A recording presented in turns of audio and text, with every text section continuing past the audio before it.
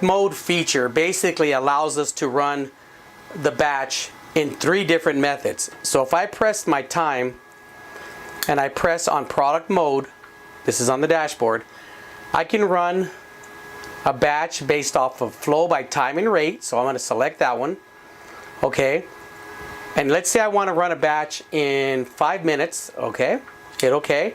And I want to run, let's just say, whatever it is, 256 ounces in 5 minutes.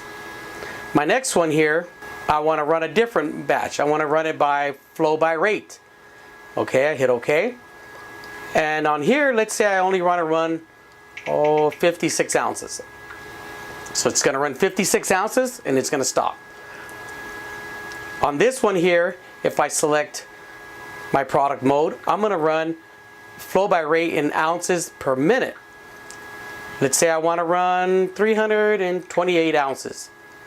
It's going to run 328 ounces a minute, continuous, and it won't stop until you tell it to stop. So once I press start, it's going to start. Okay, and then it's going to start to down clock it. So I won't go through the whole time, but basically what it's going to do, it's going to start decrementing, counting down, and it's going to tell you how many ounces you actually done, and then it's going to tell you the rate in ounces per minute. But once it hits that 256 ounces in 5 minutes, it's going to stop. And the same would be for my 56 target ounce. So if I hit start, it's going to start. And if you notice here, it's going to tell you how many have gone by, 2.8 ounces. And it's going to tell you the rate that that's going by. So it's as it starts. And then on your 328 ounces a minute, if I hit start, it's just going to start.